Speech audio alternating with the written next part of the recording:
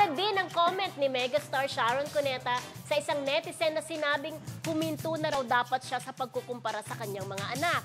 Pinost kasi ni Sharon ang foto nilang lumang letter ni Casey sa kanya. Pero isang netizen na nagsabing tigilan na raw ni Shawi ang pagkukumpara sa kanyang mga anak. Ayan.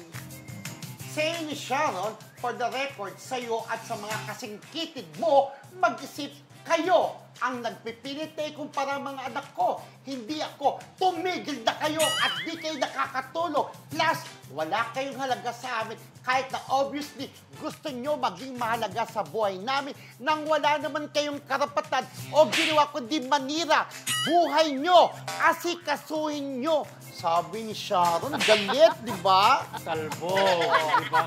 Pero alam mo, napikon si Sharon talaga sumabog siya, di ba? Oo, Kasi ano? mga makikitid ang isip, sabi niya di ba? Parang kayo lang nag-iisip ng ganyan, pero hindi. Pare-pareho kong mahal ang mga anak ko. Equal, sabi niya, equality. Pero ikaw naniniwala ka ba, Kuya Roldan at Kuya Romel, na ang magulang, pantay-pantay ba talaga ang pagmamahal sa anak?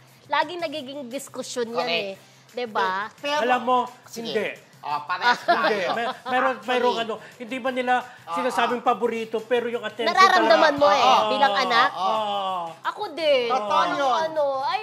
Si Jel din daw. Totoo yun. Nararamdaman ng anak yun Pero Totoo. minsan niya sinasabi, pasensya ka na, bunso kasi yan. May mga ganun mga magulang. Pero mararamdaman mo, bakit siya? Pati ba yung pasalubog mo, ganun. May mga Bakit si ganun. kuya? Bakit ganun? Diba? Totoo, nararamdaman natin. Pero sasabi, anak, pare-parehas ko kayong Pero yun ang laging sasabihin. Ano ko, Chorbanes. Diba? Pero minsan di napapansin ng magulang Oo.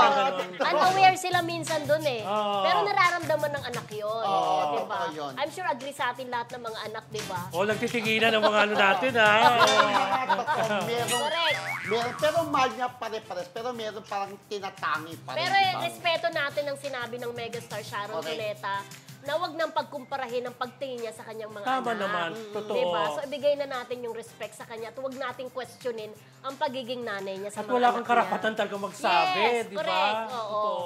Kung yun ang tingin niya sa mga anak niya na pantay-pantay, irespetuhin na lang natin. Correct, wag ninyong intigan. Buhay namin to. Ayan. Pakailan ba yung buhay nyo? Sabi ni Megastar. Oo. Anyways, manood po kayo, October 27 na, di ba, friends? Correct, di ba? Manood kami ng concert.